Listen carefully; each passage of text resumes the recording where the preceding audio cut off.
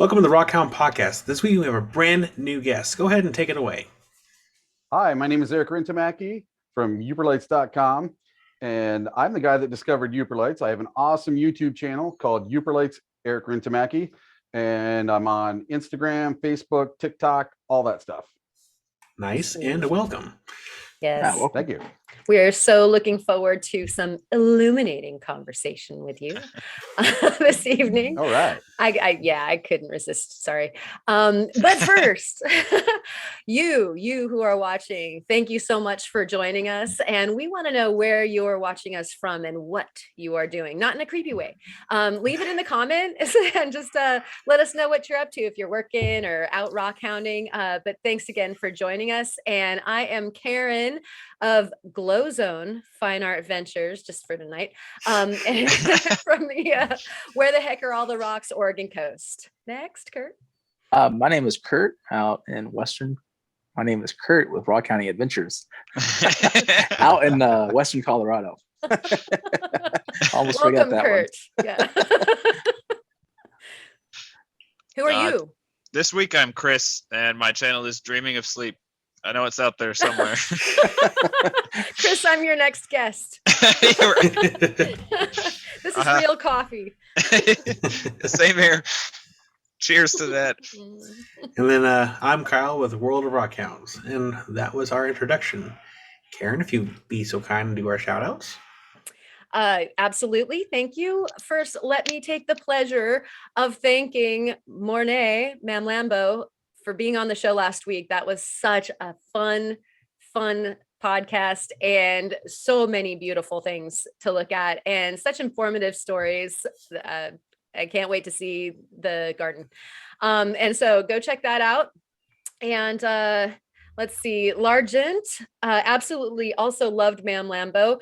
And he had his mind blown so many times he couldn't count. Also, he wanted to point out that Theo said that's so cool more times than he could count also. If it was a drinking game. Yeah. Be the one to avoid for sure. We might, yeah.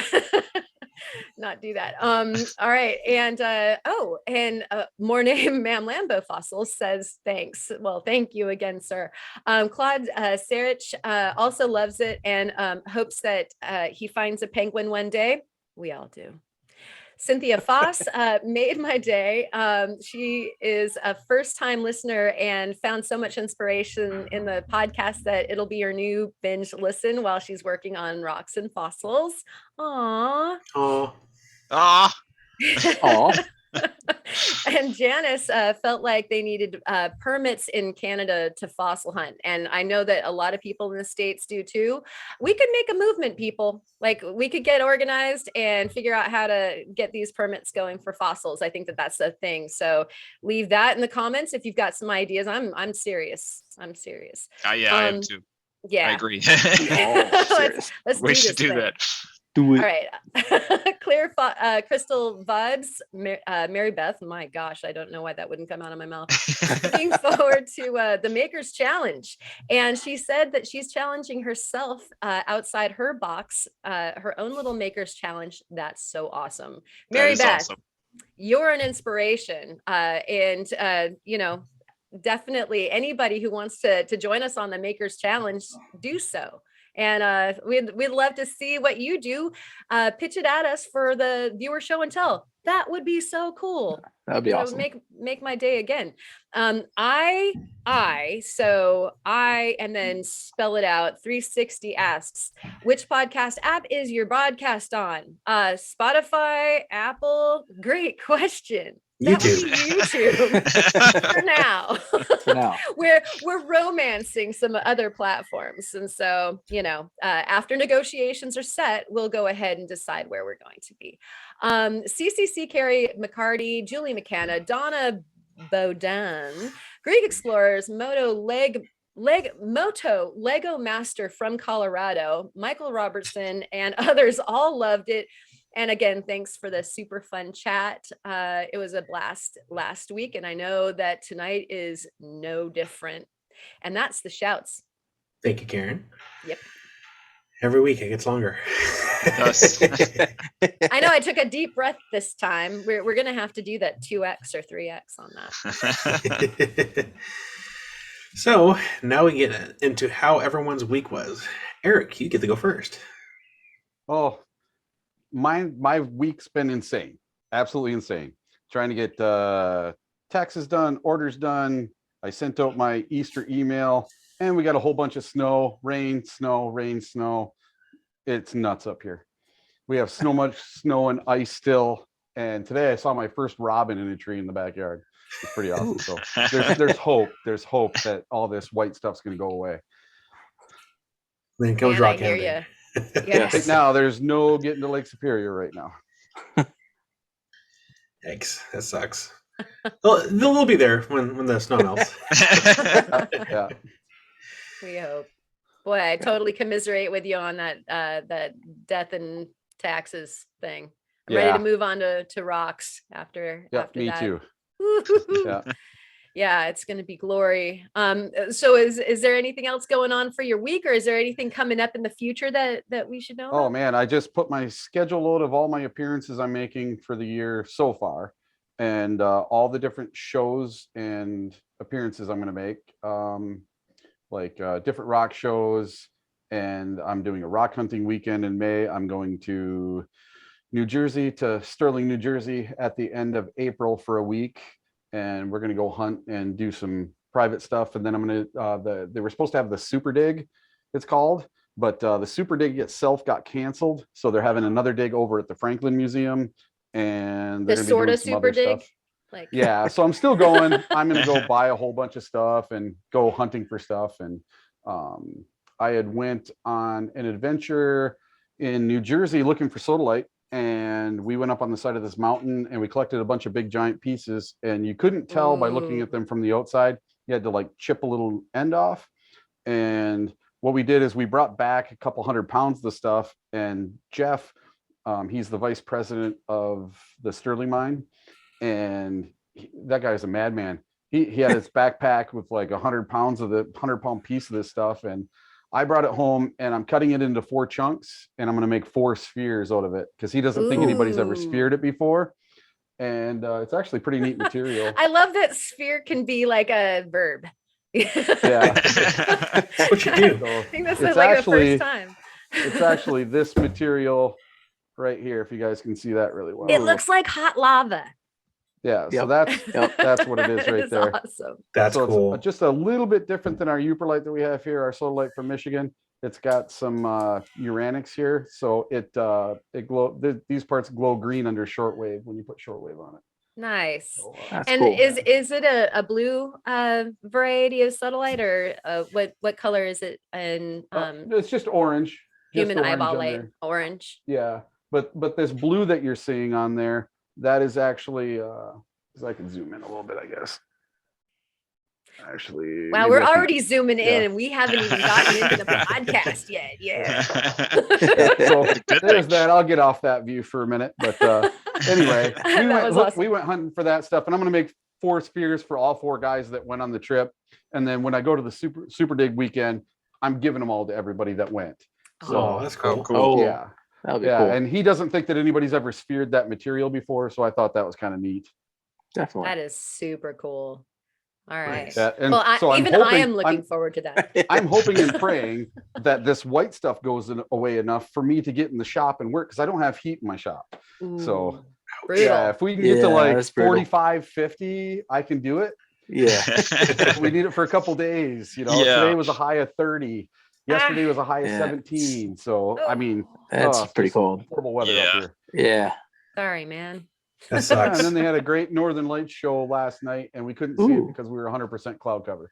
Ah, Sounds They got like it in North Oregon. Dakota, though. Yeah, I was gonna say the same North thing. Dakota got it. Yeah. Yeah, we hear about all these things that happen in the sky, and we're like, yeah, that's great.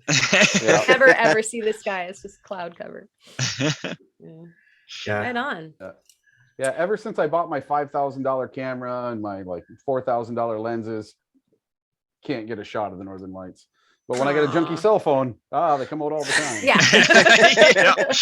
That's usually the case. That is Yeah. the Yes. law. Yeah. All right. Well, is that pretty much the summary of week and things to come for now? We can get into some more later. Oh yeah. Other than just Okay. putting out 100 packages a day, because my spring email went out for the what's it called, for Easter, and I have a $20 UV flashlight that comes with a little stone, a Oh. flashlight, and a charging cable Cool. for $20. So those are flying off the shelf. Easter so it's been- baskets. Yeah. Yeah. Boy, if I had a little kid like myself, then I'd be getting that. Well, In my- I'll tell you what. Literally, what other hobby can you get into for $20? Right? Because if you want to start fishing, let's say I want to take my grandkid fishing, right? I got to go buy him a Snoopy pole. I got to buy worms. I got to buy hooks. I got to buy sinkers and bobbers, and I got to buy myself a fishing license. I'm in at $200 already to go Yep. fishing at the park with my Yep. kid. This UV light, I could buy one for him, one for me, $20 each. We're good to go. That's all we need. Gas money to get to the beach. Parents. Yeah, Right. yeah. Take notes, parents. Yep. Right on. Okay. My week, I've been doing that thing that Eric was talking about, the dreaded T sound, and also crunching the Makers Challenge, and doing lots of that, and going on runs and hitting the punching bag just out of frustration for the Makers Challenge project, crunching that, and that's my week, and that's what I'm going to be doing until Tuesday. That's it. I'd help you if I could. That's so sweet, Kyle. Do you want to help me punch the punching bag? I mean, sure. Can you hold the punching bag while you're punching it? Yeah, nope, that's it. How about you, Kurt? I've been kind of lazy the last week since the last podcast, to be truthful, and just kept putting off the Makers Challenge. And then I was like, oh, it's like less than a week away. I got to get started. So I've been working on that, and I'll hopefully finish that tomorrow or Saturday. And then I'm working on my April 1st video, and that should be out. Well, I guess it'll be out Now. Yeah, now. So y'all, Like magic. y'all will get to see what that is for the show and tell. And yeah, that's pretty much been my week. It's the weather outside is, all the snow around here is pretty much melted off, except up on the mountains and all of my rock hounding areas. So still gotta wait for that to thaw out. And so yeah, so hopefully soon I'll be able to get out to rock hounding and do some more rock hounding videos. But yeah, that's pretty much all it's been here on this side of the state, Nice. Bravo. or in the state for me. The state of Kurt. Yes. We can't Chris? remember your name. Oh, Chris. I have a feeling that all of the silences in between the pass off have a lot to do with you guys not remembering which name Is I it went. Chris? Are I you think it's Chris? Chris. I'm Yeah. Chris. And then I had the job Felipe of on your making box. funny spellings for it. So this week has been utter chaos, and which is thus the name being Dreaming of Sleep. So weird for Montana this time of year, but on Monday it was almost 80 degrees with like 5-mile-an-hour Whoa. winds, which is insane for Montana this time of year. So needless to say, we were out rock hunting like all day Monday. I finished my Makers Challenge, which I'm so happy to have that just done. So now I have to edit that. We leave for Florida on the 8th, and we're going to be gone for till the 26th. So I need to edit enough videos to post one a week. Then they could just all go up while I'm gone. So I've been doing that nonstop, doing a bunch of wrap up stuff on the shop so that it can just be good while I'm gone. Also doing the dreaded T word. Yeah, this week has been nuts. The moment I think get to everybody Florida, puts it off till this week. yeah, Yeah. pretty much. Yeah, it's been crazy. I'm just happy that I have Makers Challenge done finally. 200 like what? Just rub it in. 263 hours later. Hey, I started in June, to be fair though. Did you say 263 hours? Jeez, later? That's insane. Yeah, Never it mind. was- I'm reeling my other comments back. Yeah, it took Sorry. It was a monumental effort, and I'm excited to show everybody. But We are yeah. excited to see I it. think I spent like 5 hours on mine. Mine'd probably be a total like 6 or 7 hours. Oh. I'm more towards Chris's gluttony, but yeah, not quite 260, however many. Yeah, it's like double the length of the dragon I did last time. So, It was a long process, but I also have been plugging away on it little by little since like June, because I was actually going to do it for the Falls Maker Challenge, but I clearly didn't have enough time because it was going to take that long. Yeah, I didn't have enough time to get it done, so I did napping instead. We'll consider ourselves lucky that we don't have to wait until this fall. So yeah, pretty much. No, if I had to like start like a month ago, there's no way I would have it done in time. I worked on it a little bit every week since the summer. So the question is, like, when you get back from Florida, are you going to start your next Maker Challenge yes. for the fall? I may or may not have already started that. Oh no! Well, I never know. I like to start multiple at the same time because I never know which one is gonna like. You don't have a feel for it until you like actually get into it, so you can actually see how long it's gonna really realistically take.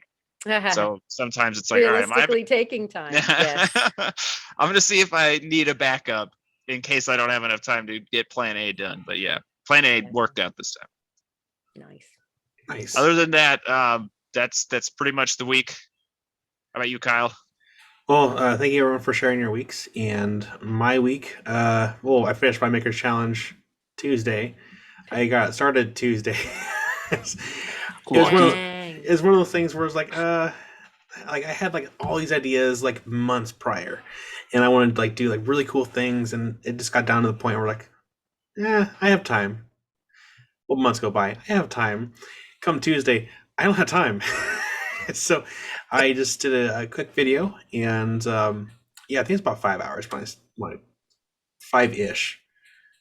Maybe I would say 5 max. Actually, I think I started like late morning and I finished like early afternoon, so maybe 4. And then I still had time to edit Wednesday's video, have it done Tuesday night, and then Wednesday morning I had an interview. Well, not really an interview. I had a new talk with my new job that starts next week. So I, in between getting ready for that meeting, I edited most of my Maker's Challenge video, and when I came back, I finished editing. And the hardest part I actually had was actually finding music to go with the video. That's always the hardest part. Normally, I haven't really had like any issues, but like I wanted to make sure like it had like that kind of the right vibe to it. But yeah, I was just like because I have epidemic sound for like my music. It's like That's constant the best. refresh. And I'm like, none of this sounds good. Like a lot of it's like house trap music. I'm like, I don't want that. Like, it's not the right vibe for this content. Yep. And it was hard. And then today's Thursday, so we did taxes today, the dreaded T word. Yeah. And so we got that done. I'm glad to know I'm not the only one procrastinating that. We're making you feel good about yourself. So we dropped. We're here for you. Just started today printing off my receipts. Oh. So we had dropped off all the paperwork at H&R Block like last week, and then like we'll call you, let you know when we're ready to have you come in. And so today was the day they wanted us to come back in, so we got that all done. I'm like, okay, that's one less thing that we have to worry about. Yeah. But other than those two big things, it's just doing various projects throughout the house. I don't know if I told any of you guys this, but I have a Tucker the cat has a catio outside, and when I built it, I didn't think far enough ahead of time to add doors to each individual layer, so that way I can vacuum out the carpet when that wipes off his paws before he comes back inside the house. So I've been adding doors onto that since last night. So trying to get that done before I start my new job. Small errands here and there. It's tricky because when you have a cat because that's where his litter box is at. It's not like I can just block it off and like call it good.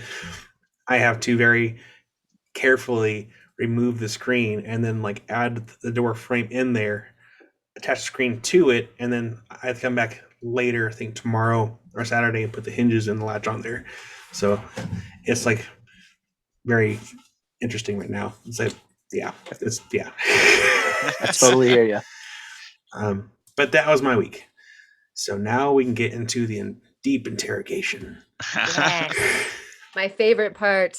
And Wasn't I will me. start. Where is he? But I think it's that other guy from the other angle. Wait, no. Yeah, it was that guy over there. I need me one of those. Yeah, same. Yeah. I'm not sure which one of you to ask, but how did you get into this rock game in the first place? What got you into doing what you do? For me, Yeah. well, my story starts long before me. Okay. It starts back in the 40s, 50s, 60s with my grandfather. He was a lapidary artist and a watchmaker, and he owned what was called Mac's Jewelry in Newbury, Michigan. And everybody called him Mac for short because my last name is Rintamaki. And he would go out to Lake Superior, look for gemstones called Lake Superior agates. And I'll let you guys look at some agates here. So he would go to Lake Superior looking for these gemstones, and he would go back to his shop and he would make them into beautiful jewelry, like earrings and necklaces and all that kind of stuff, belt buckles and everything. And he ended up dying when my father was only 10 years old from breathing in rock dust and the chemicals that you used to clean watches with. They're all illegal now. Okay. My dad said you'd go down into the basement, you'd see this big poof of white cloud dust, and it was all rock dust, So he died when my dad was only 10. But before he died, he got my dad super hooked on looking for Lake Superior agates. I mean, you can even see my poster up here on the wall. I'm totally head over heels for agates.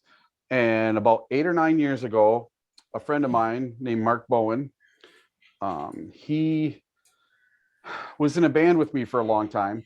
And he was like, Eric, you're sitting on a fortune. You have so many agates. Do you know how much money they're worth? And I'm like, listen, I've never sold an agate. I've never bought an agate. I go to look for them and find them. I like the solitude. I like just being out by myself. Nobody there, just listening to Lake Superior. And it just, something about it just heals your soul. And that's what it was about for me. And I just throw them out in my rock garden, He's like, your rock garden's worth like 10, 15 grand, right? I'm like, what are you talking about? So he goes to a rock show and he gets a collection from a lady, and he comes back and he spreads $4 grand on the table in front of me. He's like, Eric, look at all this money you could be making. You're perfect for this. He's like, you're made to be a rock seller. And I'm like, dude, whatever. He's like, listen, I'm going to teach you how to do it. He's like, I want you to go on eBay and I want you to buy some agates, buy ones you think are good. Because I knew a little bit more about agates than he did at the time. And he's like, you go on this place called Lake Superior Agate Marketplace on Facebook, and you can flip them on there. So I spent $10. I bought 10 stones. They were all 99 cents a piece, free shipping back then. And you'll never get those deals now. Nope. So I took my first stone that I bought for 99 cents and I flipped it for $10. It went to auction and it made me $10. So I'm like, yeah, there's something to this. So I took $10, turned it into 100, took 100, turned it into 1,000, took 1,000, turned it into 10,000. So then I started doing like Lake Superior agate shows where I'd go and I'd be a vendor and sell agates. And I was buying every agate I could from every friend that was an agate picker. I'd go buy whole collections from people. Uncle Fred dies and they don't know what to do with all the stones. I'd come in and I'd help them out, give them a fair price. And then I would go double my money and sell some agates.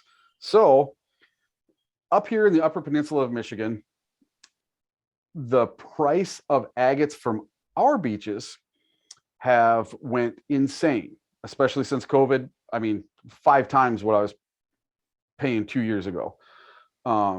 So a little stone, let me show you. So a little stone like this one here, okay, might not look that spectacular. It's not that big. That's about $300. So I believe it. It's all water washed. It's very smooth. this is all done by the beach. There's nothing done to this stone, you know, and I don't even have it oiled or anything. This came straight off the beach, found just like that. So when you're talking about $300 for that, you know, everybody and their brother is going to get out hunting these things. So I, at the time, was working at a casino, and I would get off work at 2:00 in the morning.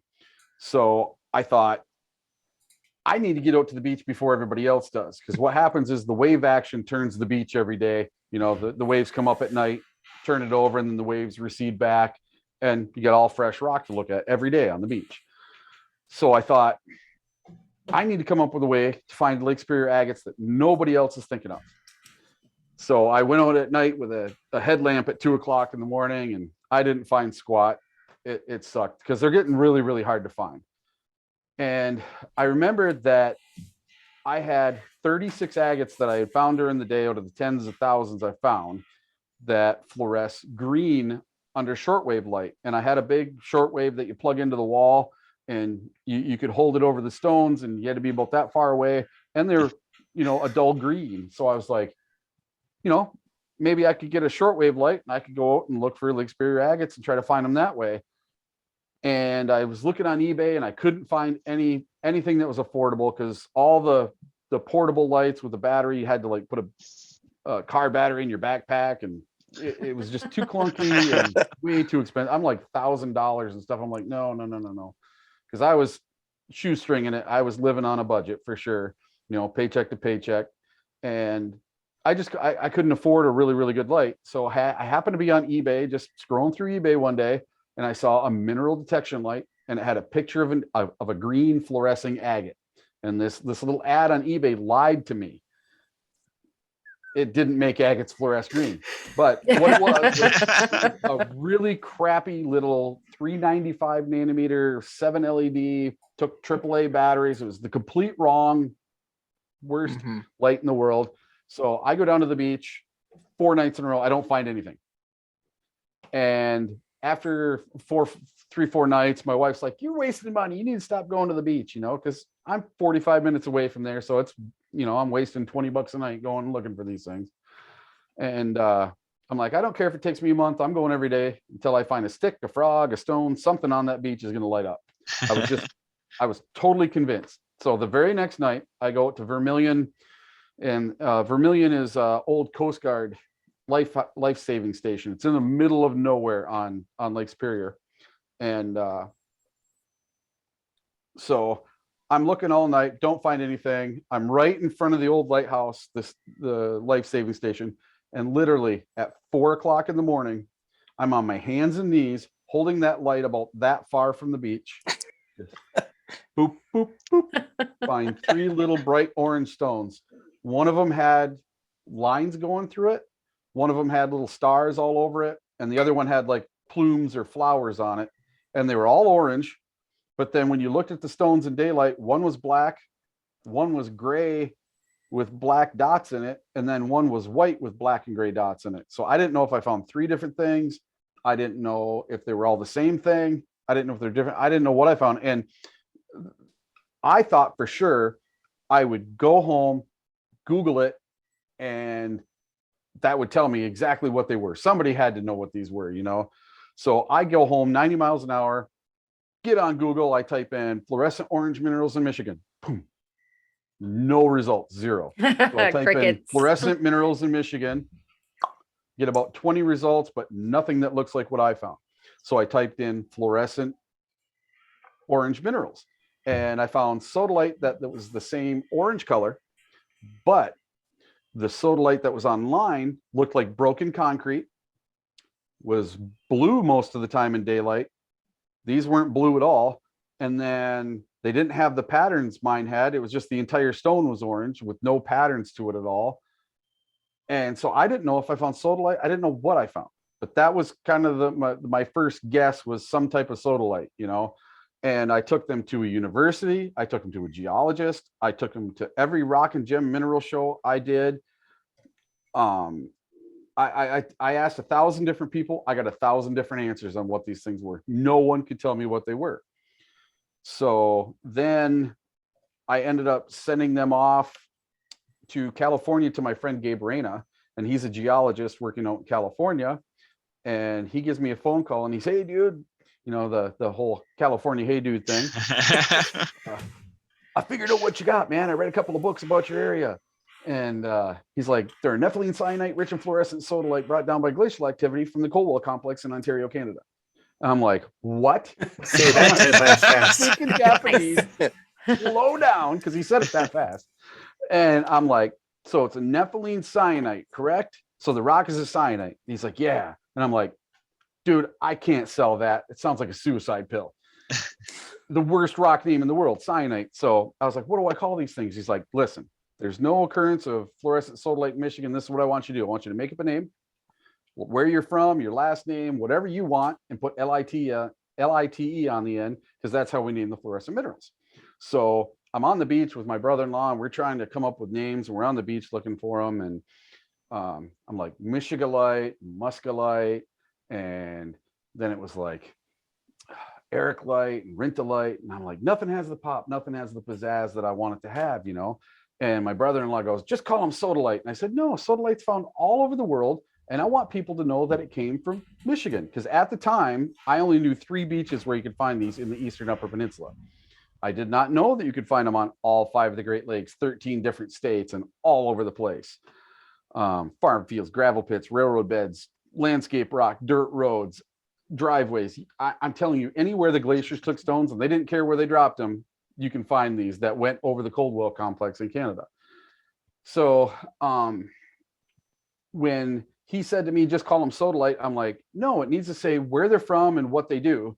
And that's when it clicked in my brain. I'm like, I'm a Yooper from the UP of Michigan, Yooperlite. And I'm like, yeah, Yooperlite, that's it. He's like, that's dumb. And I'm like, no, that's never. So I kept the name, went with it. And then a couple of weeks later, I started selling them on Facebook, on a fluorescent mineral group on Facebook. I can't remember the name of it. And they started selling like hotcakes. I mean, everybody and their brother wanted one. And I ended up selling about $400 worth of stones to these group of 5 gentlemen from the other end of the Upper Peninsula in Michigan. And they work for this thing called the Michigan Mineralogy Project, and they look for new species of minerals and stones in Michigan. Because right before this, there was 385-ish minerals discovered in Michigan. I think mine's the 386th. And so they got a hold of me and said, hey, we bought some stones from you, and we think you found something new for the state of Michigan. Would you mind if we did some testing on these stones? And I'm like, yeah, that's fine. And they're like, well, we're going to have to destroy them in the process. And I was like, you can blow them up with TNT for all I care. You guys bought them. They're yours. Put them in a cannon, shoot them off, whatever. Buy some more, please. You know, so they get back to me about a week and a half later, and they're like, Eric, we really think you found something new for the state of Michigan. Would you mind writing a paragraph about how you discovered these stones? And would you mind if we published you and put you in a book called the Mineralogy of Michigan? And would you mind if we put you in a peer-reviewed paper? And I'm like, yeah, sure, sounds great. So I don't hear anything from them for 8 months. Sounds 8 all right. months later, I get this magazine kind of thing in the mail, and it's called the Mineral News. And right on the top says, Yooperlites, brand new find of sodalite found in Michigan. So they did some testing using the standing electron microscope at Michigan Tech University. And then the University of Saskatchewan did a double-blind study kind of thing, because everything has to be backed up. They can't just take one person's word for it. And yeah, it was pretty cool. And then shortly after that, I had a video that is on my YouTube channel. I think it's my oldest video on my YouTube channel, of a lady finding her first Yooperlite. So about 3 weeks after I was published in the Mineral News, nobody knew what a Yooperlite was. I had a lady get a hold of me online and say, there's no such thing as a Yooperlite. I Googled it, 0 results. So I got on Google that day, typed in Yooperlites, nothing. Google it now. So Yeah. I ended up doing my first night picking tour. These 2 people from Grand Rapids got a hold of me from 5 hours away, somehow on Facebook, and heard about Yooperlites, right? And I was like, absolutely, I had 26 likes on Facebook. So, I mean, nobody knew about these things. And I took them out on Mother's Day of 2018. And they had the time of their life. both of them found they found their limit, 25 pounds of stones, and just had a blast. Well, they told their friends, they told their friends, they told their friends.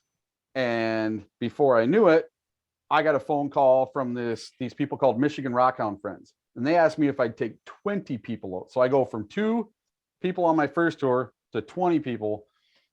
And I had never done tours before. I didn't know what I was doing. I was just taking people out and I was learning as I went.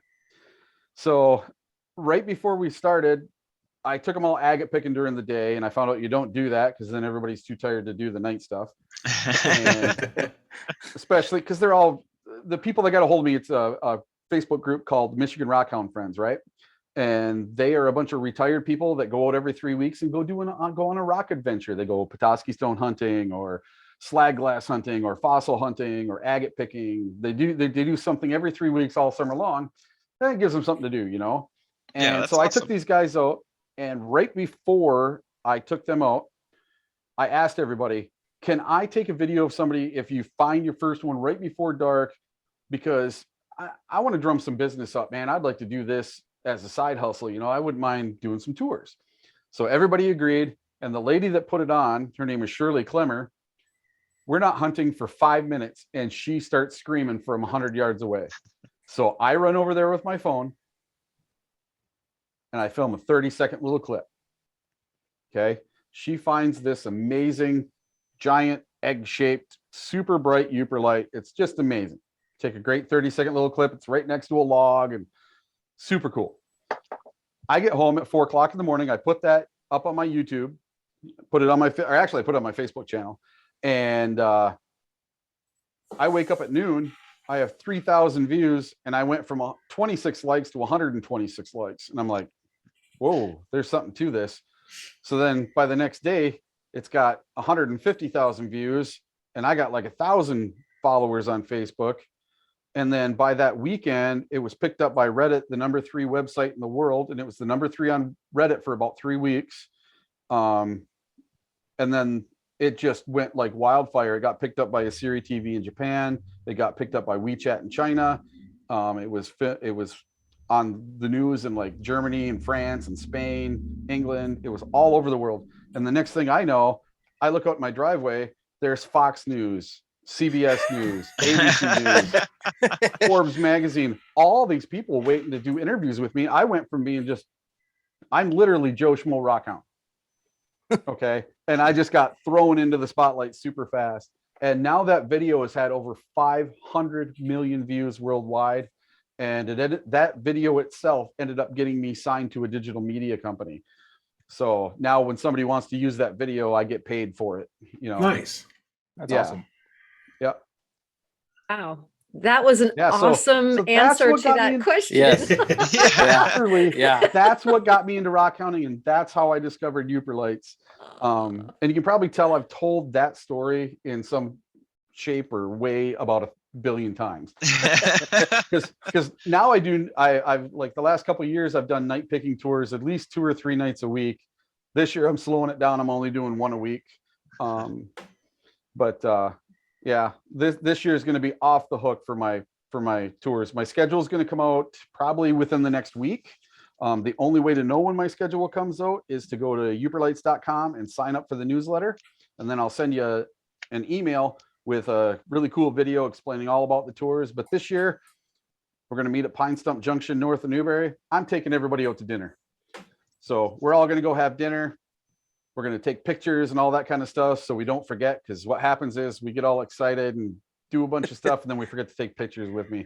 So we'll do all that first. And then we're going to get in my brand new 2021 6-person side-by-side, and we're going to go on an adventure. We're going to go on old logging roads and 4-wheeler trails, and we're going to go out in the middle of nowhere. We're going to get lost. We're going to get stuck in the sand. We're going to use my winch. We're going to have an adventure. Okay. I want it to be the adventure of a lifetime that you're never going to forget. And then we're going to go down to the beach. We're going to walk for a mile or 2. We're going to sit and wait until the sun sets. We're going to watch the most amazing sunset, watch 80 billion stars come out, hopefully the Northern Lights. And then we're going to start Yooperlite hunting on our way back. We're going to find amazing stones. The people get to keep everything they find, everything I find, up to 25 pounds. and then we'll have an awesome adventure in the dark, trying to get unstuck out of the sand and get back to the place. And, and I provide them with a light package and everything. And it's going to be amazing this year, but it's going to be much more exclusive this year. I'm not doing a whole bunch of tours, and I used to do them with up to 20 people, and now I'm only doing with 5. So it's more personal that way. Yeah, it really is. Yeah. That's what I was gonna say. Yep. and I want it to be more personable, and that's what I've always tried to up my game every year, like a new light or, a new ride or, a new location or something. So this year, that was my big thing. I want to do the whole dinner first. And because I get a million questions, and I have a really cool story that I tell on the way to the beach. And that's pretty much the one you guys just got. And then I got one that I will not tell on camera. And then I got one that I tell on the way up, because the one little story that I tell that I won't tell on camera is one I only tell on the tours. So it's kind of exclusive, but you get a hint of it when you watch my YouTube videos with everybody with their hands in with the stones, and I say, what do we say when we find a Yooperlite? And they all scream bingo. There's a reason we scream bingo when we find a stone. Teaser. Yeah. If you want to find out the reason, you got to go on a tour. Yeah, that's fair. Yeah. If any of you guys ever come to Michigan, let me know. I'll just take you guys out for free. You guys don't have to worry about it. Aw, Oh, cool. Oh man, Thank you. Appreciate it. that'd be awesome. I'm on my way. Yeah. I don't do tours, but I would. I'm telling you right now, in the Midwest here, it is the most addictive rock picking experience you will ever do. Once you start doing it, you are absolutely hooked, because you find your first one and you get that big dopamine adrenaline hit. And the rest of the night you are chasing the dragon. All right, more please. Then you got to find another one. You got to find a bigger one. Then you got to Yep. find a better one. And then you got to find every pattern. Mhm. I was gonna Yep. say that's the same way with Montana agates, but they don't glow, so they're not as exciting. I don't think. Now, have you ever hit them with But Theo, have you ever hit them with shortwave? Actually, not all of them glow. Some of them, a lot do, but not every single one of them will. Some do. Now, Yeah, exactly. Now, okay. So, I want to do a Yellowstone I River have- blacklight hunt so bad. Oh, Yeah, yeah. so- well, hey, where are you at in Montana, by the way? I'm in Billings. Okay, so are you kind of near Boulder or Helena at all? No. It's No? like Okay. a 2.5 hour, 3 hour drive to Helena, I think. because that's if I where my remember correctly. uncle lives over there. So that's why I'm asking. Oh, okay. But, okay, so I want to show you guys something. Okay. Right? And my friend Patrick Bigas that I told you earlier that you guys should have on the show, he's an expert with all this stuff that I'm just about to talk to you guys about. So, boom. Okay, so this is the traditional technology for shortwave lights, right? Great big battery, great big light, looks like a shoebox, right? This is 255 nanometers, where all the Yooperlites and stuff, that's 365 nanometer. Very portable, handheld, goes really far. So that shoots really far.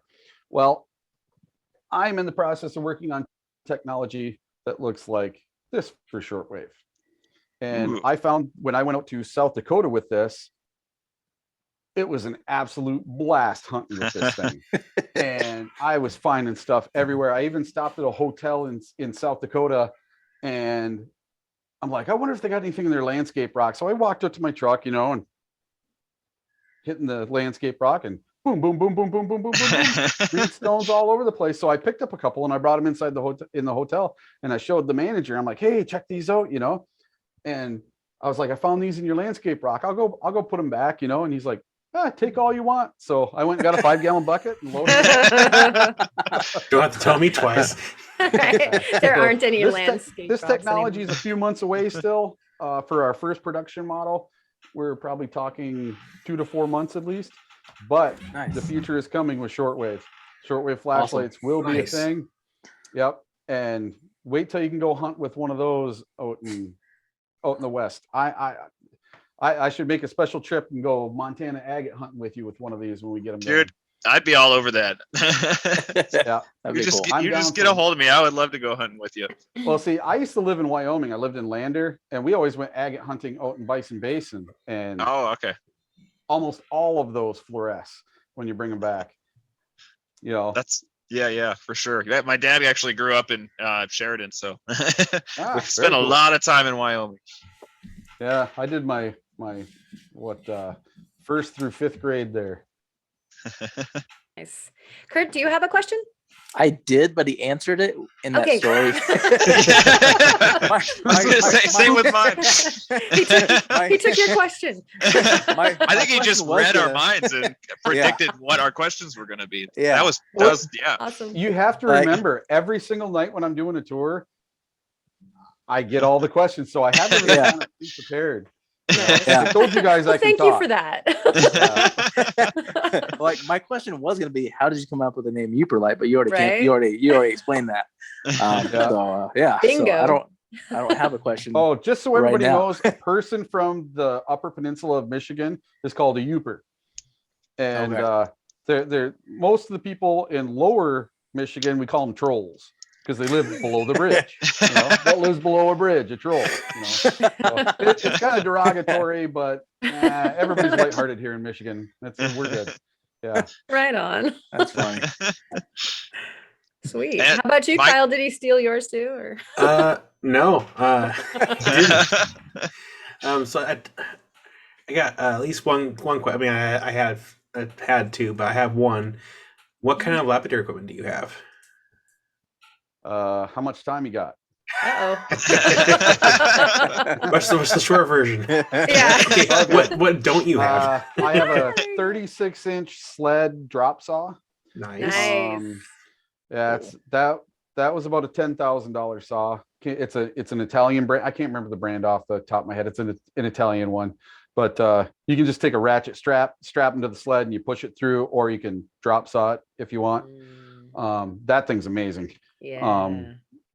And then I have two 20-inch saws, auto feeds, an 18 and a 20-inch lower tone saw, probably about 3 or 4 10-inch saws, some LS10s. I have a Diamond Pacific Genie, a Diamond Pacific Titan. I have a slow speed Highland Park sphere machine. I have a high speed Highland Park sphere machine. I have a core drilling machine. Can't remember the one thing where you hold it like this. It's got all the different The pads. angle grinder. Yeah. Kind of, but I got the Highland Park version, and I think I have every Highland Park machine just about, except for like the auto cabber. Yeah, my shop is absolutely filled with stuff. I went nuts the first couple years that I made a little money at Yooperlites, and I bought all my dream machines. So yeah, I can make basically anything, but I really got into spheres, and I got kind of known for making spheres, and I can make them really fast, or I can make them really slow, just depends. But my show and tell, my very favorite Yooperlite of all time, my favorite sphere of all time, it only ended up taking me 45 minutes to make. Wow, that's Wow. fast. Because the rock was so round and almost perfect when I found it. I just went to the grinder, went zzz, threw it in the machine, took it out, hand polished it, took me 45 minutes. Wow. The sphere machine is probably one of my most wanted lapidary tools. The spheres are so cool. Well, it's not the sphere machine that's going to cost you money. It's the cups. Yep. Because I did done some price checking, and it's like, man, those cups are expensive. Listen, I went to an auction and I bought every cup in every size. Wow. And I'm serious. I got cups this big around. I could do a basketball 200-300 pound sphere, but I'm not going to do it. I'd have to have a buddy to help me hold it up just to get it started, you know. Well, that was my question. I know we have a lot of show and tells, and what I'd like to do is I'm gonna try something a little different tonight. Hopefully, it actually captures on the Zoom camera. So what I'm gonna try to do is once you guys start talk about your show and tell, I'm going to highlight whoever's talking, and it's gonna bring up it on the full screen. So we're gonna try that tonight and see if it works. And if it works, that's great. Because I know, Eric, you got a lot of show and tells, and we want to we're gonna try to highlight that. So we're gonna go ahead and do that. I might periodically maybe like zoom out, zoom back in, so we can all see our pretty faces. So yeah, if you want to go ahead and start the show and tell, and I will highlight your. All right. So why don't I just show you guys my best of the best, my absolute favorite stone I've ever found in my entire life. Okay. Ooh, yes. Here it is. This is what it looks like. As you can see, it is multiple different colors. Here, I'll switch to this camera here so you guys can get a really good look. Okay. So you can see it's got reds, kind of a greenish tan, white, gray, and black. So it's 5 different colors. And not what your typical Yooperlite looks like, because your typical Yooperlite would look like this. Okay. So that's what a typical one looks like, not like this. This looks more like a pudding stone, but when you put this under UV, you can see all my other stuff, but this thing is absolutely amazing. And Wow. it's so bright that it is overcompensating. It's over, what do you call it? It's too bright for the camera. Yeah. It's too much.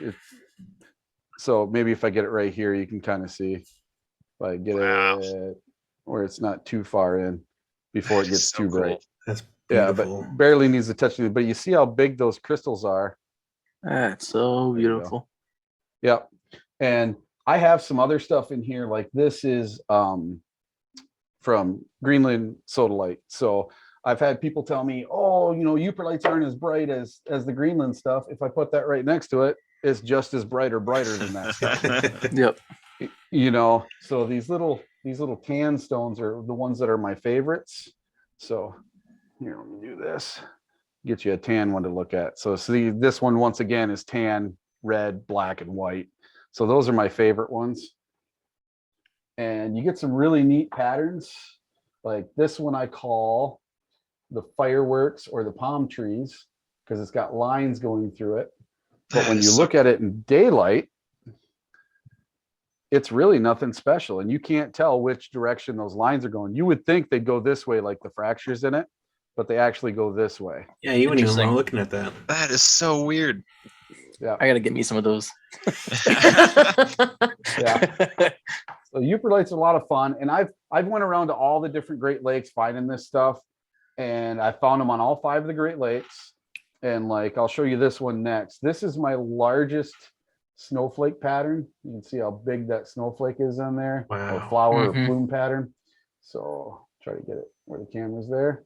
So there's that one. And then I'll show you under daylight. Doesn't look all that remarkable. Nope. That is so cool.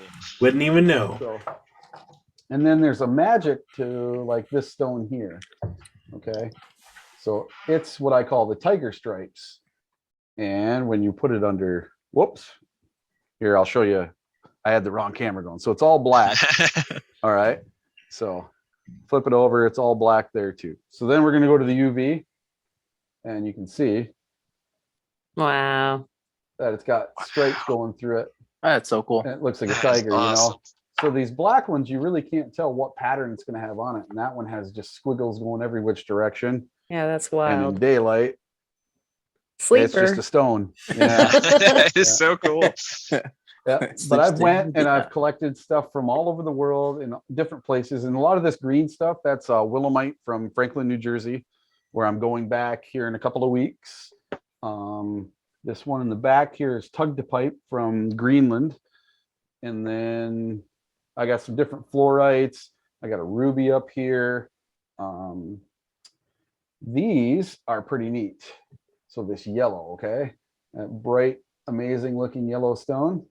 So what this is, I found this on Lake Erie over near Cleveland, and I had it tested, and it's a form of scapolite called meonite.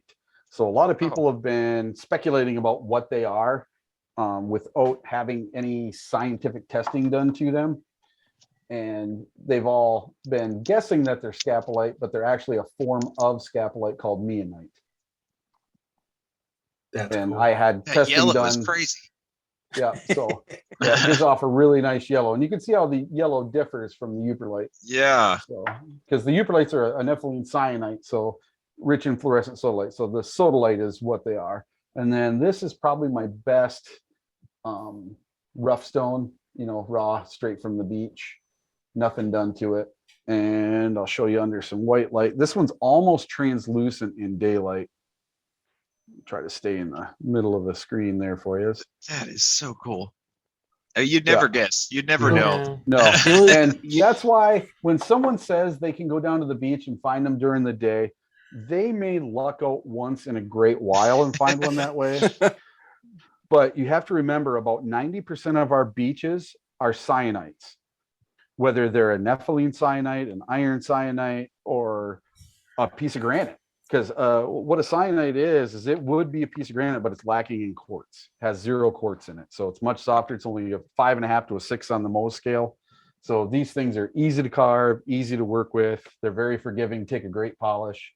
But to have someone go down during the day, I call BS. And this is why. Because so much of our beaches is just, a cyanite.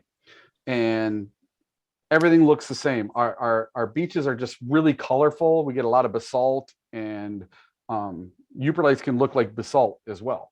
But this stone here is the one I take to shows. I take this to every rock show I go to. So I'll just put it here for a second. And I'll tell a little story about it. Okay.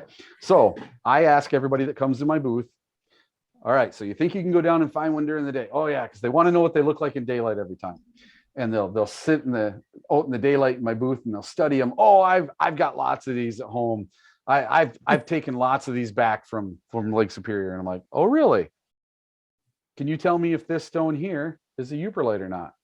And I'll get 3 people guess yes, and 3 people guess no. And I'll be like, well, you're all wrong. And they're like, how can we all be wrong? So then I hold this in a particular way, and I show them under UV light. Okay, so so then I show them this, and nothing happens. And I'm like, see, all you people that thought it was a Yooperlite were wrong.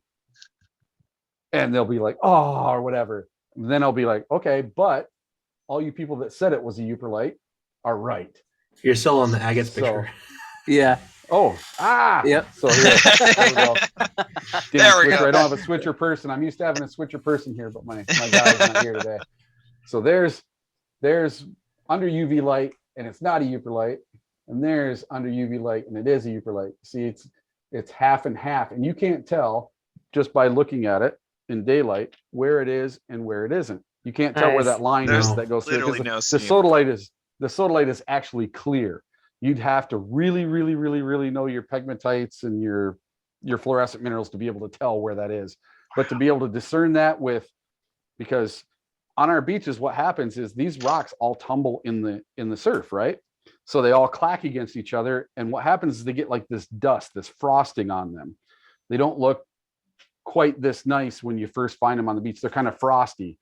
And to be able to do that and look through the frostiness, I call BS. So I have a lot of people that try to tell me they can find them during the day. But whatever. Yeah, I wouldn't believe that either. Yeah. Well, I've given a lot of people the $1,000 challenge, and they won't take it. I tell them, okay, I'll take 2 big handfuls of Yooperlites, and you can watch me throw them on the beach. I'll throw them. You watch. All right, I'll spin you around 3 times. You got 10 minutes to go find me a Yooperlite, but you only get one guess. If you're right, I'll give you $1,000. If you're wrong, you owe me 100, and no one will take my challenge. I don't even want to say challenge accepted because I was gonna say, I know I was about to be a smart aleck and say I'll do it. And I was like, no, after seeing the before and afters, I don't think there's any possible way I'd ever be able to recognize. Yep, bring $100. I'll pay in fire obsidian. But I was gonna say I can pay in either fossils or Montana agates. There we go. Yeah. Oh man, I got a funny story for you that has nothing to do with Yooperlites. So when I was a kid living in Wyoming, 2nd, 3rd, 4th grade, we'd go down to the Poposia River, and there's a bunch of like shale type rock, and we'd hit it with hammers, and we found velociraptor tracks, the big 3-toed with the claws. Oh yeah. Where they walk through the mud, and us as dumb kids, we wanted to make our own velociraptor claws. So we melted crayons in them. Yeah. I'm like, do you know what those would be worth right now? Oh my God. It's a ready-made Oh, mulch. yeah. To be a kid again. Yeah. I wish I had them, but my parents threw them away. So, Oh man. yeah. Did you have anything else to add to your show and tell? I was Me? gonna say, that was like fluorescent overload already. I know. Those were awesome. I'm gonna close my That eyes and just was- see that. We're you going to know? go away from, we're going to go away. I'm going to give you guys a little lesson about agates today instead, because that's what really got me into the Yooperlites and everything else. So I'm going to leave that stone there. So we're going to put this one front and center. Okay. Now I want you guys to tell me, are any of those Lake Superior agates? Ooh. Yes or no? The banding kind of looks like it, but I I no. want to say, hold on. Yes, at least one of them.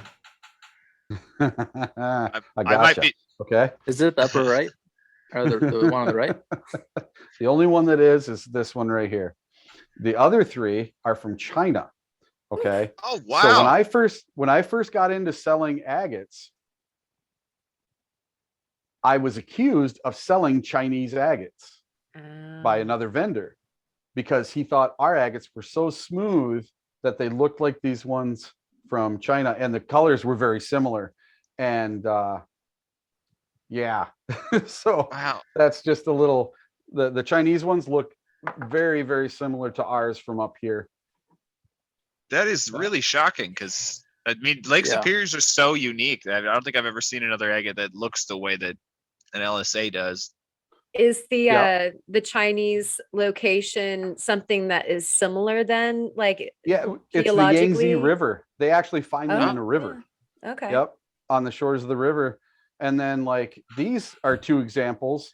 This one didn't come from the eastern upper peninsula of Michigan. This one came off of Isle Royal. It was found in 1895, I believe. I still have the provenance for it, the labeling. And it was found in, I believe, 1895 on Isle Royal, and you cannot collect there anymore. So any collecting of any stones is illegal because it's a national park now. And then this is a Minnesota agate. And if you see, when you turn it sideways, see how the plow hit it and broke it? Yeah. That's how a lot of Mhm. them are over there. They're broken. I was They're gonna not say that one smooth looks like ours. that looks Beautiful. just like a Botswana agate. Yeah, I was thinking the same thing. Yep. Very That's similar. amazing. Yeah. And like these are the prize kind from Minnesota, the very stark red and white. Those things are so pretty. Yeah. Mhm. That'll take a polish. Yeah, I love them. And then Kyle. and people really like the ones that look like a piece of salmon, you know. Yeah. Yeah. Listen, At the I was sushi an- bar. I was Right. an absolute agate addict, and if I wasn't, I never would have found Yooperlites at all. And It's I funny still how am an things lead you. agate. And I'm still addicted to agates 100%. And I'm going to tell you what, it is my life's mission this spring. As soon as this stupid snow and ice leaves, I'm going out with this, and I'm finding an agate with it.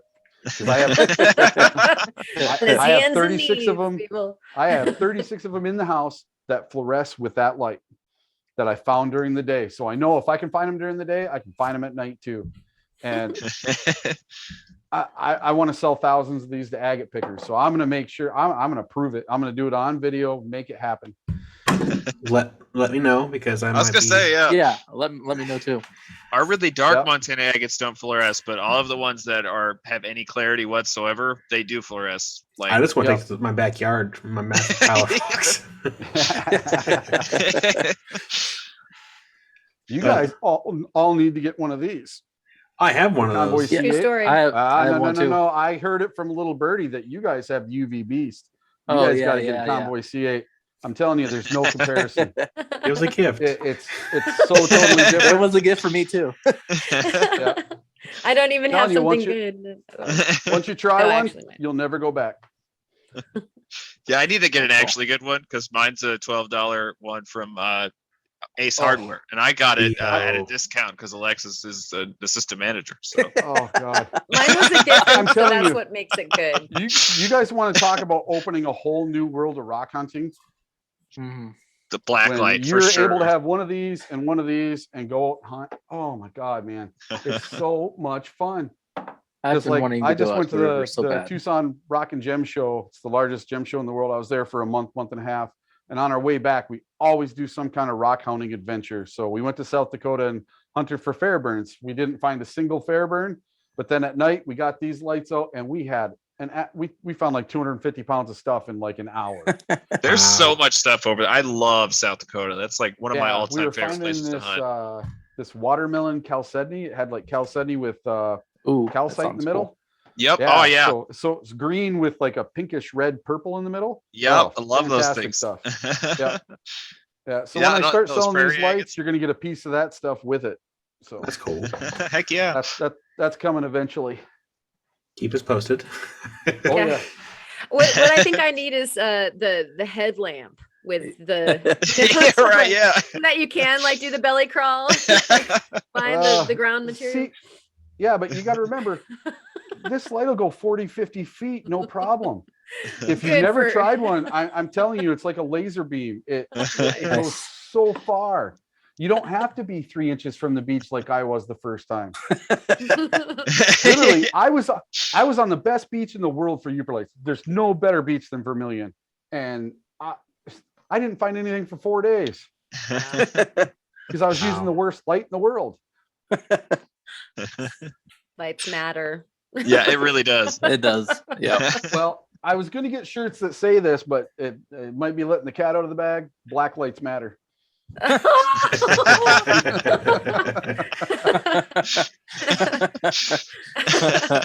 The entire rock hounding community just like got the warm fuzzies, like, Well, oh, we get it. It'd have to have a picture of a flashlight on it somewhere. though. Big time. Yeah. Yeah. That's great. Yeah. Well, thank you for your show and tell. And Karen, you are up next. So like I said, I have a gift black light, and so it's really super great because it's the one I have. Yep. That's what it is. Right? Although it would be nice to upgrade. So I'll be looking for one of yours. Yeah. In my Easter basket. And so I decided there's a no-brainer on the beach for us here of things that will for sure glow. And that's stuff with shell. You got like plenty of calcite hanging around. So I've got some fossil shells.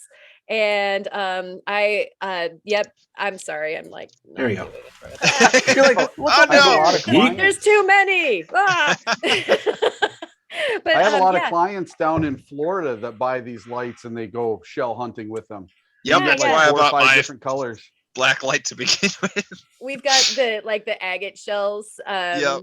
Yeah, so it's part agate cast, the fossil, and then you've got ones that like this is a fossil shell, and that's how I found it on the beach. I mean, it was like in really good condition, didn't have to prep That it is at perfect.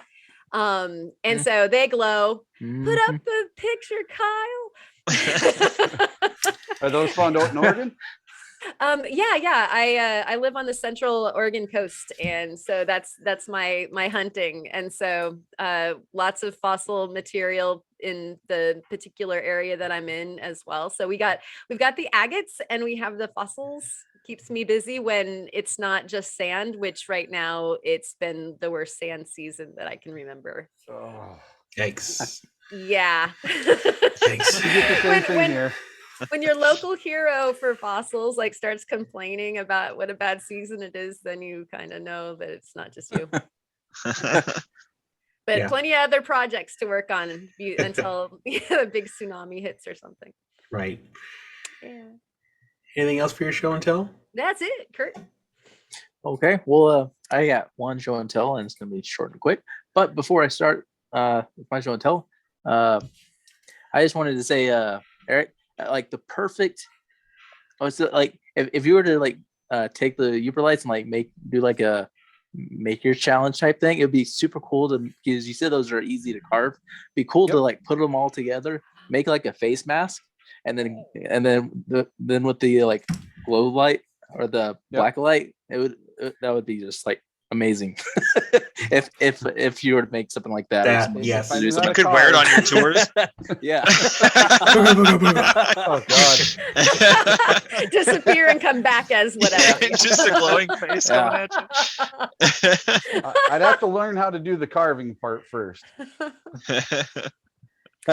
Another thing to add to your lapidary studio. Yeah, that's one thing I Carving haven't tools. attempted doing any carving. I went out and had a carver from New Mexico, Brian Yatsidi.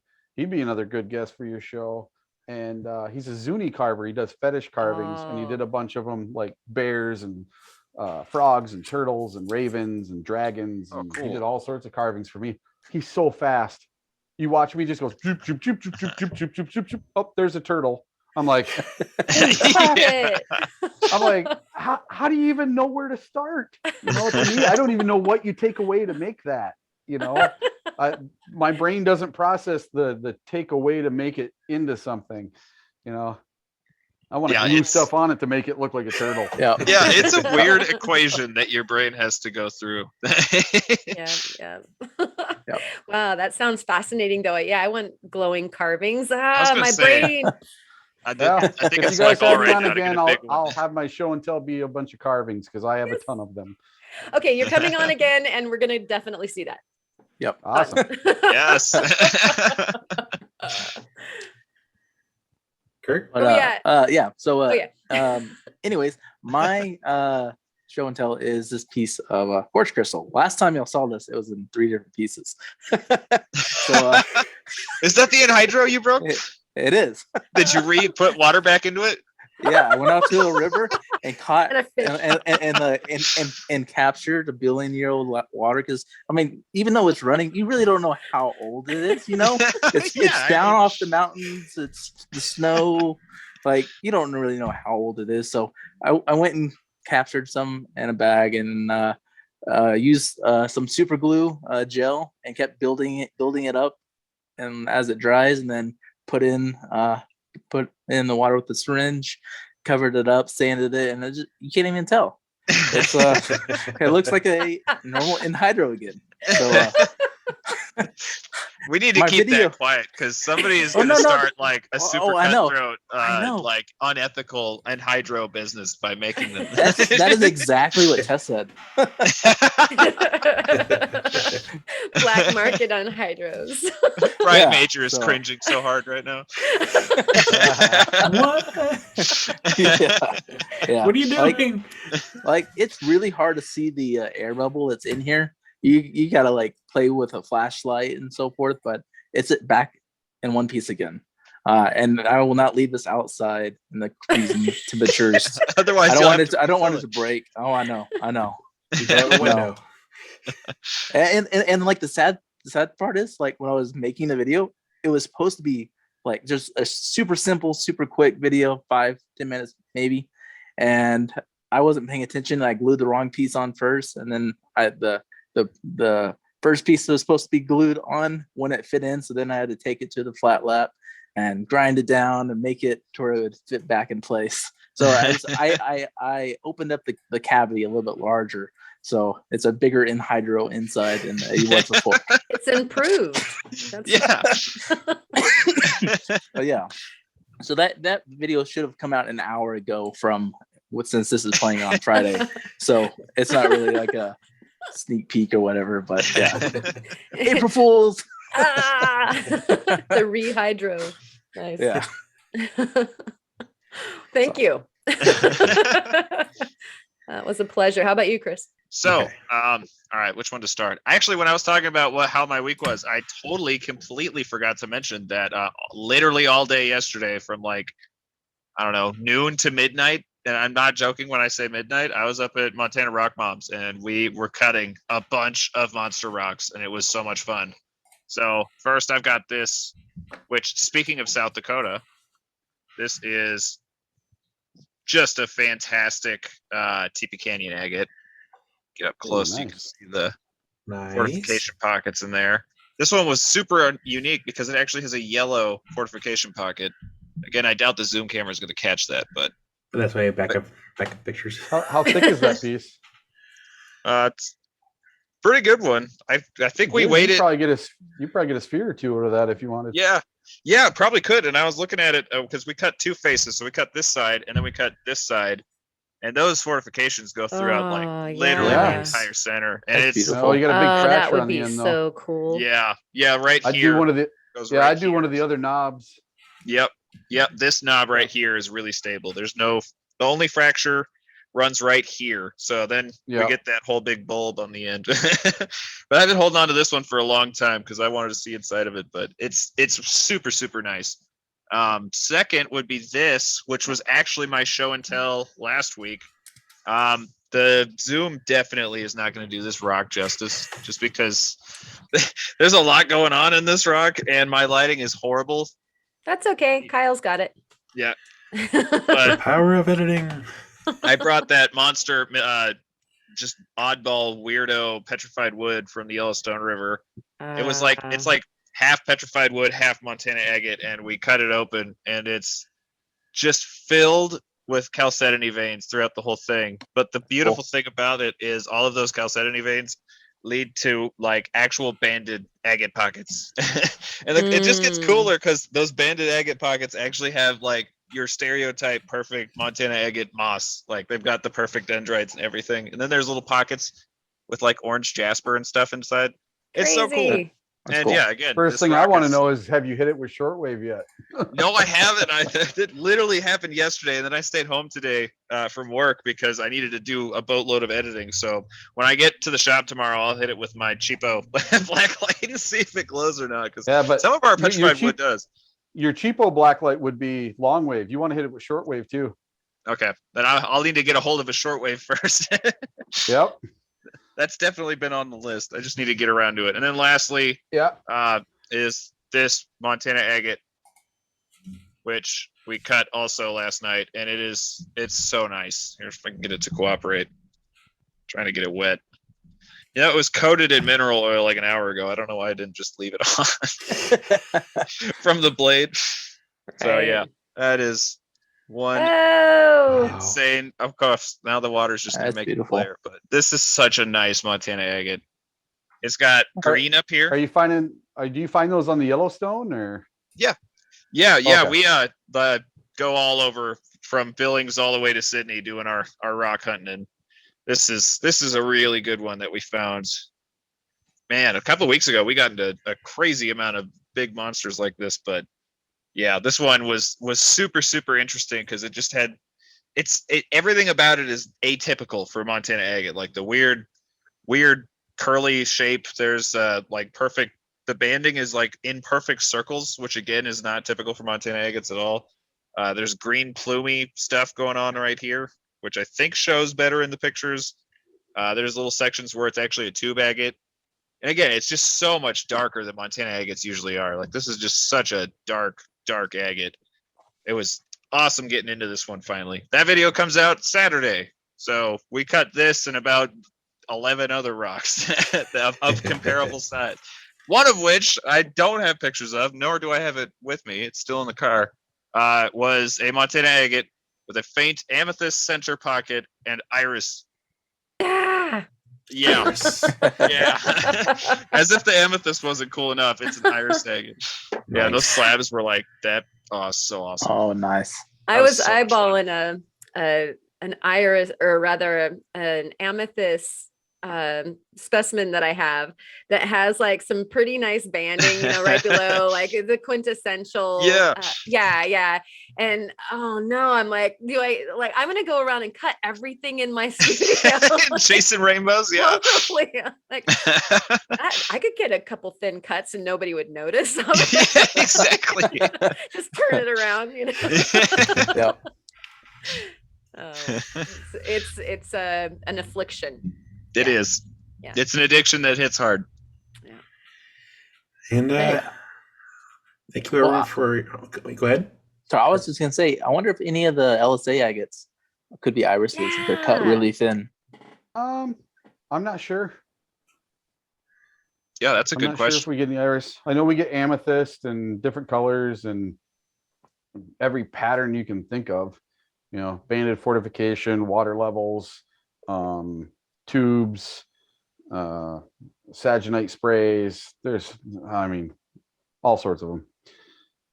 I bet you We get there's ones. some We get iris ones in that are there. called like skipping atom agates up here that you pretty much don't get anywhere else. I don't think I've ever seen a skipping atom in any other form other than a Lake Superior agate. I don't have one right here with me. That'd be inside. Rocks everywhere. Oh God. Oh, you don't even get 'em know. started.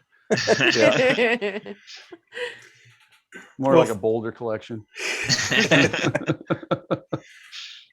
Well, thank you everyone for your show and tells. And I have just a quick one because I'm not going to show the full thing because it's kind of a teaser to next week's make a challenge. So Wednesday. this is the teaser.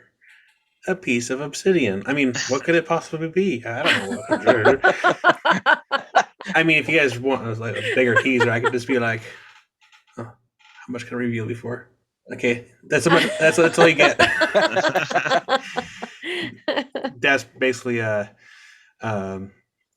my show and tell is just the teaser for next week because I don't want to spoil it entirely. I mean, you guys all know me. Yeah. There's only one really obsidian that I typically polish. Yes. Green. Yeah, I've done green obsidian before.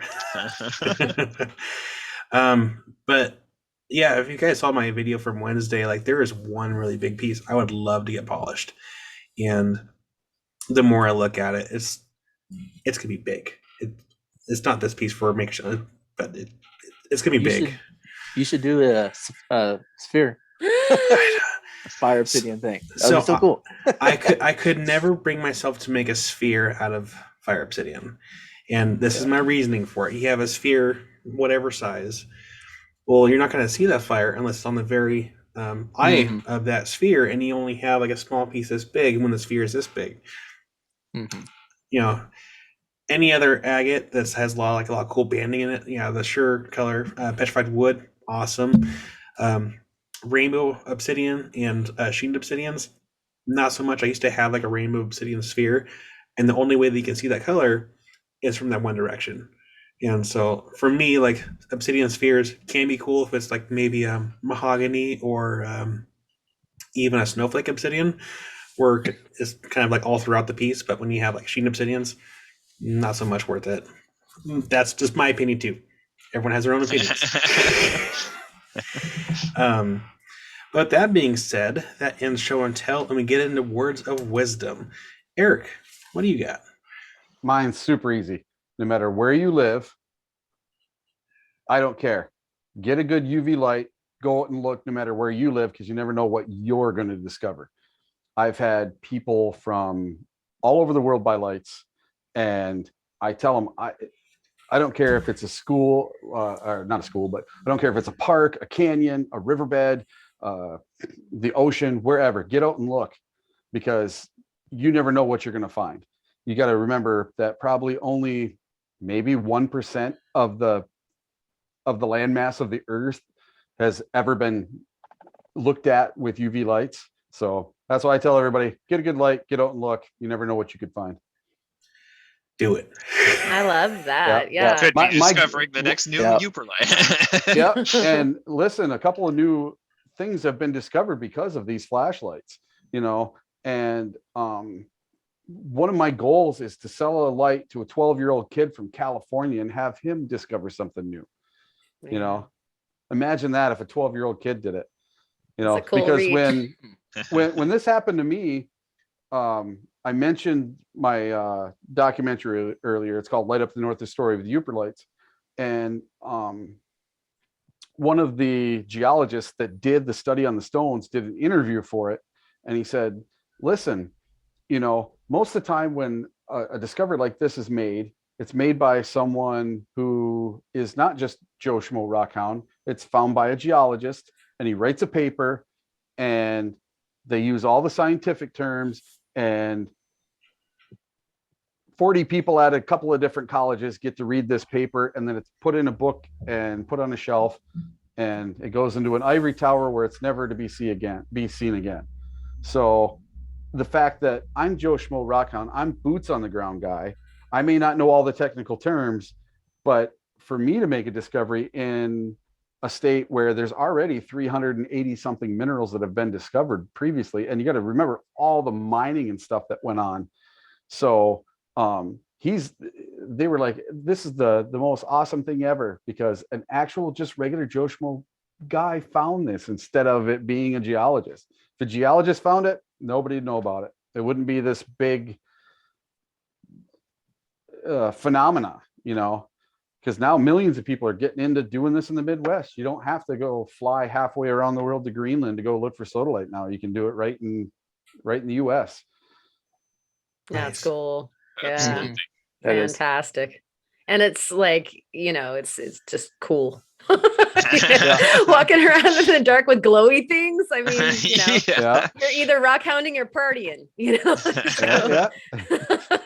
And Fantastic. you'd be amazed. I mean, even not rocks, every animal, every insect, every bug. And now I have all the mushroom and fungus hunters that are buying the different types of lights from me. Oh. And Oh, listen, they go You just looking hurt for me. like morels and I was expensive gonna say mushrooms. morel season's coming up in Montana. Yeah. I need one of these. I'm telling you, your regular black light and your other one that I know you have, listen, get this, you'll find mushrooms with it. Good luck. Okay. Good luck finding Yeah. out much with my other flashlight. Right. The scorpion has already bit you. Yeah. Yeah. Pretty much. And the beauty about these lights now is these all use lithium ion rechargeable batteries. You can recharge them 2,000 times. So yeah, you might have a $20 to $100 investment in a light, but you never have to buy batteries again. A light Yep. you buy at the hardware store, every 30 minutes, there's $6 worth of batteries you got to put it, and then you're throwing them away and Yeah. adding Oh to my the God. problem. Nice. Yeah. Yep. And another thing with these lights, when you go out on a beach or you go hunting for whatever you're going hunting for, man-made garbage fluoresces like mad. Oh, There's yeah. another good thing. Yeah. I go one of my things, like my dad taught me really, really early on, you always take garbage off the beach. So if I walked past a beer can and my dad knew I walked past a beer can and I didn't pick it up on the beach, there was hell to pay, So he always taught Pick me, up the leave beer, it better- son. leave it better than you found it. No garbage Absolutely. on the beach. 100%. If he gave me a Hershey bar and my Hershey bar wrapper went out in the lake because the wind caught it, I didn't want to deal with that. So I always made sure I picked up my garbage and anybody else's. And now when I do tours, I don't keep any stones that I find. I only keep garbage. I don't know Yeah. if you guys ever seen any of my videos and seen my backpack, but I have this big tube hooked up to my backpack, right? So when I find a stone, I just doop, doop, doop down the pack. And I don't have to take my pack off every 2 minutes, Smart. So now That's a great I just idea. shove garbage down it, fish nets and fishing line and Dorito packages and candy bar wrappers and cans. I take it all home. I had this kind of idea for the last couple of years. I wanted to do this and I haven't done it yet. I'll probably do it this year. I am going to keep all the garbage I find for an entire season of Yooperlite picking, and then do a video or take a picture of this giant, massive thing of garbage. Because people come up to our beaches and they're like, man, it's so pristine. There's no garbage up here. And I'm like, yeah, that's because we're all picking the garbage up and taking care of it. Yeah. If Because everyone I've been to does their some of part. the other Great Lakes, like Lake Erie and Lake Michigan, and it's not very nice. Garbage everywhere.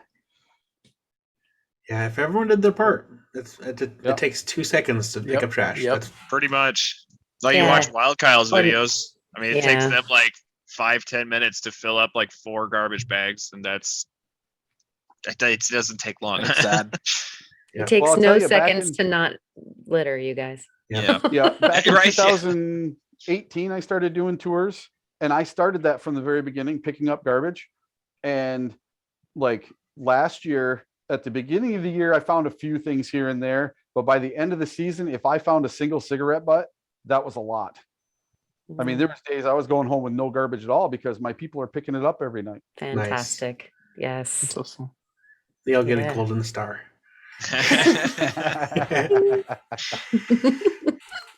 You should make. Oh, okay. Sorry. Before we get on like Karen's word of wisdom, you should make little tiny like instead of like golden stars, just make little Yooperlite stickers where like they actually fluoresce underneath of a UV light, and that way when they like, and then you can have like everyone that has like a little card every time they pick up trash, be like, all right, here's your sticker.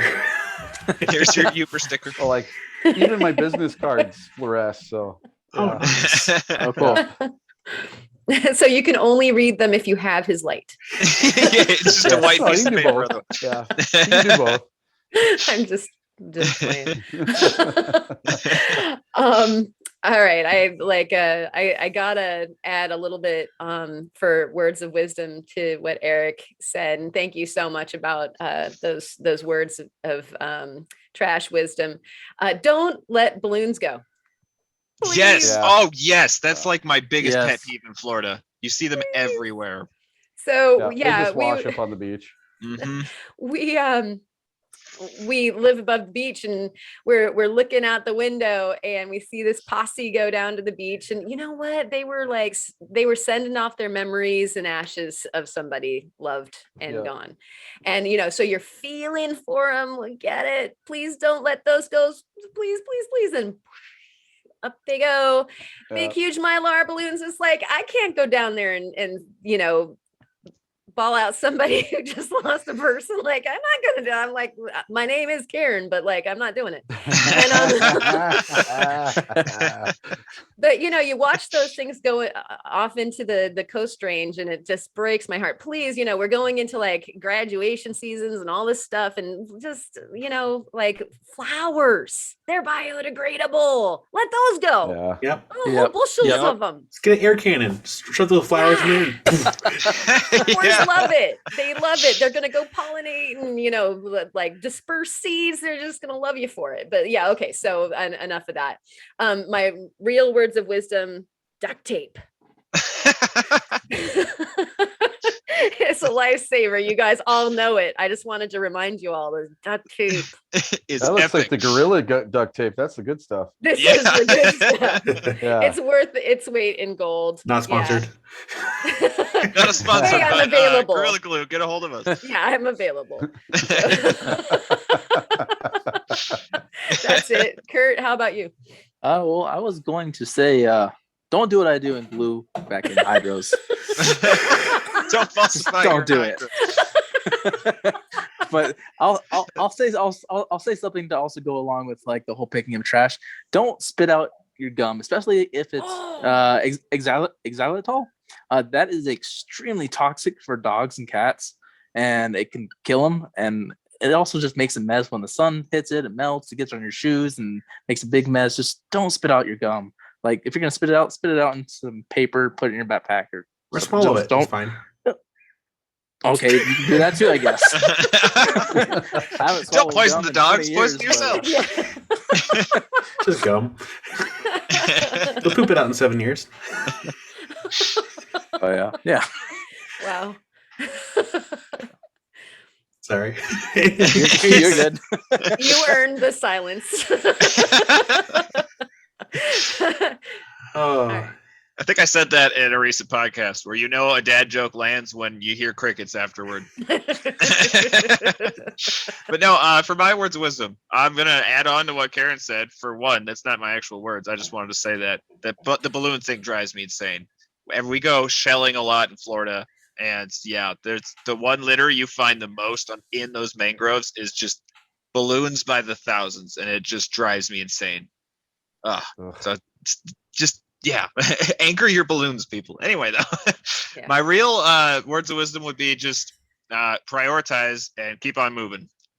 I've had so much stuff to do this week. It's been really easy to just get distracted, but it's like, okay, no, we're gonna just stay on track and do what we're supposed to do, and it becomes more fun when it's like, all right, I have 10 tasks to achieve. Set a timeline and focus on one task a day, and you will have more fun doing that one task because you're not like stressing about the other tasks at hand. like slabbing, for example. I was freaking out about needing to get videos done and not having any time to start any new projects, and it turned into a full day of just way too much fun. Of cutting rocks and playing with rocks, which never When is feels that like not work, fun? even when it Yeah. is. Yeah. Is that your words of wisdom? Oh. Yeah. Yeah, that's hard for me because if I'm doing something, for example, today, I was kind of picking up the house and doing small chores here and there, and like I'm doing one chore specifically, and I go grab something out of the kitchen, and then I find myself actually doing a different chore in a different part of the house, and then I go back to do a different chore. I'm like, oh yeah, I was doing this, and then I get distracted from a different chore, and just so like I'm like all over the house, just like I'm not focused on just one chore. Like I'm everywhere. Same That's thing. funny. Sorry. Same thing in the shop. Like if I'm doing something, it just takes 2 seconds for me to like I can do this while I'm over here. And so it's like it's hard for me to focus. That's why my shop is always so clean, so I don't get distracted. That's why all the fire obsidian that I found in previous videos are in boxes, so I don't see them, because if I see them, nothing's gonna get done. That honestly makes me laugh so hard, because we've talked about this before, how I'll start like 4 projects at a time and then just bounce between as I get bored. And you're like, yeah, no, one project at a time. Yeah. Otherwise, I got lots of projects. Yeah. Yeah. Well, so do I. I have to, I'm trying my best to focus. Put the blinders on. Yeah, it's hard sometimes, especially when it's fire obsidian. I mean, come on. But my words of wisdom, I'm going to carry on from last week. For those that haven't gone to Lego's website yet to make that Lego set a thing, go vote, because I'm looking at the count right now. It needs 10,000 votes in order for this Lego mineral set to actually become a thing. They are at 9,608 as of our recording time for this podcast. So they are less than 400 away from making this an actual real thing. Go vote. And I promise I will buy these sets. And So hey, go vote. Andy, Eric, you should contact Lego so they can make a Yooperlite. A Yooperlite Lego Oh. set? They could make a Yeah, that'd be fluorescing cool set, one. yeah. Oh, that'd be so Yeah. cool. Little fluorescent Legos. So I That did reminds me of a funny story, actually. when all this Yooperlite stuff first started happening to me, I happened to be, when that video blew up real big, I happened to be away at a rock show at Muskellunge State Park, and there's no phone service up there. So when I left the park to go home, my phone just goes like 10,000 notifications. My mailbox is full, right? So the next day, after I answer all these emails with a copy and paste and all these Facebook things, I get on and I listen to my voicemails. Well, I get this voicemail from a guy he's like, "Hi, my name is David Klein. I'm the inventor of Jelly Belly jelly beans. I'd like it if you could give me a call." So of course I give the guy a call back. I'm thinking, oh man, he wants to make a Yooperlite jelly bean.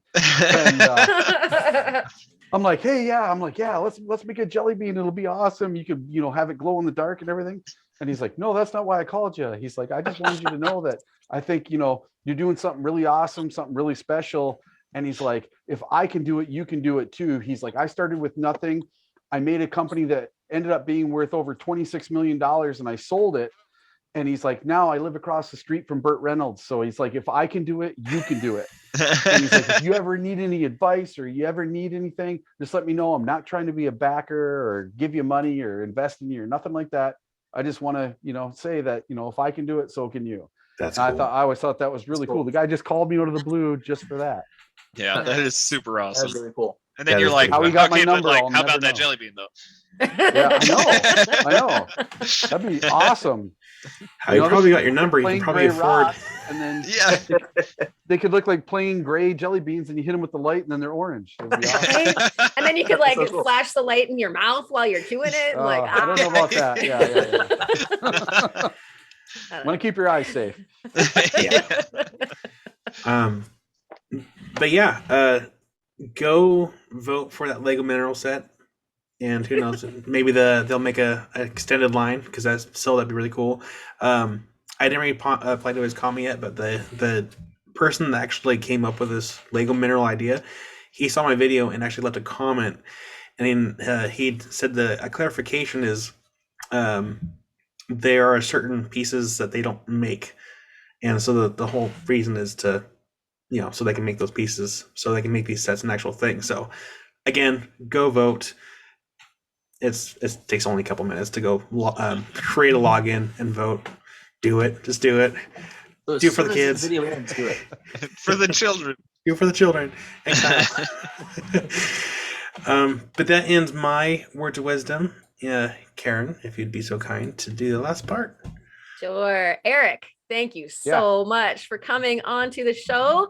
And we would love for you to tell all of the listeners and viewers out there your social handles so that they can hunt you down and see all of your videos and check you out on Insta and all that kind of stuff. So list them off, eh? Okay. So number 1 is my YouTube channel. That's Yooperlites Erik Rintamaki. And I did it that way because if I put just Yooperlites as my handle, lots of other people would make one with that and something else. So that way, it's me. And I just put out a video today. And that one is one that I did with Brian Major. He came to my house. We went out hunting. We did a contest, and had a couple contest winners. And it's a really cool video. We go out on the side by side. We get stuck. We have an adventure. It's awesome. Except for I didn't film the getting stuck part. So my YouTube is Yooperlites Erik Rintamaki. And then on Instagram, it's Yooperlites_official. On Facebook, it's just Yooperlites with an S on the end. And TikTok, it's Erik Rintamaki Yooperlites. I think that's about it. Yeah, so Facebook, Instagram, TikTok, and YouTube. Nice. So after you're done voting for the Lego, go check out Erik if you haven't already. Subscribe and do all of the follows and everything. And in addition to that, go ahead and hit our email with your beautiful pictures for our next show and tell that's coming up. So we're accumulating all of the viewer show and tell pictures. Send them to our email. It's in the description. And also, if you want to get an invite to our Discord, again, the email, and we send out an invite that expires in 48 hours or whatever. Go ahead and pop on over. And there we're doing show and tell all week long. Everybody's chatting on both rock related things, lapidary related things. There's facetors on there that are talking, but also we have and of course show and tell, but we have randomness channels. So that's actually turning out to be pretty fun. Rocks and things and everything else in between. I'll tell you guys something. I've never had a Discord until today, and I signed up for Discord, so I'm Yooperlites on Discord, and Patrick actually got me into that. Thanks, Patrick. So I'll get on your guys as soon as I can. Yeah, I don't know what I'll it is or send you... how it works, but that's another new one for me. Yeah, that's where I'm at. Yeah, it's super Listen, fun. when this whole Yooperlite thing very first started for me, I didn't know anything about anything social media. Nothing. Yeah. We can all learn. Yeah. If I can do it, anybody can do it. Great words. And with that, we thank you all for hanging out with us this whole entire podcast. And we will see you next time when Theo doesn't say anything because he's going to be on vacation. Yeah, sorry. I'll be here in spirit. All right. Until then, rock on. Thanks for watching. Rock on.